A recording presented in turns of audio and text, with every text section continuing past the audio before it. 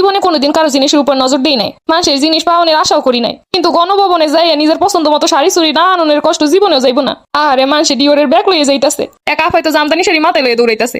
আহারে যাইতে পারলে একটা মুরগি তো আনতে পারতাম, এতদিন টেনশন করতে করতে শুকিয়ে গেছি। আহারে গেলে কয়টা খাওন তো খাইতে পারতাম। মানুষে খাইতে আছে আর ভিডিও করতেছে, আহারে মুরার রান টানিয়ে টানিয়ে সিটে কেমনে খাইতে আছে, তোর পেটেও শুকইব এরম যে দেহে দেহে খাইতেছো। মোদি গো বাসর ঘর সাজাও। কি গো হাসু, তুমি না কইলা আগস্ট মাসে আর তুমি ইন্ডিয়া বানা।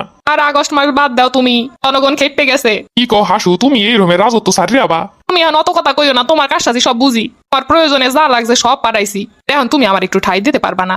হ কি আর করার, আমার লগে তো চুরি চামারি কম করো নাই। আহো কি আর করার। খালি আমি না, আমার লগে আমার বুইনো আছে। ও হ্যাঁ, তো দুইটা বাসর ঘর লাগবো। এ রাহো কাঁদিতে ফোন। জীবনে কোনোদিন কারো জিনিসের উপর নজর দিই নাই, মানুষের জিনিস পাওয়ানোর আশাও করি নাই, কিন্তু গণভবনে যাইয়া নিজের পছন্দ মতো শাড়ি চুরি না আননের কষ্ট জীবনেও যাইব না। আহারে মানুষে ডিওরের ব্যাগ লইয়ে যাইতাছে, এক আফাই তো জামদানি শাড়ি মাথায় লইয়ে দৌড়াইতাছে। আহারে যাইতে পারলে একটা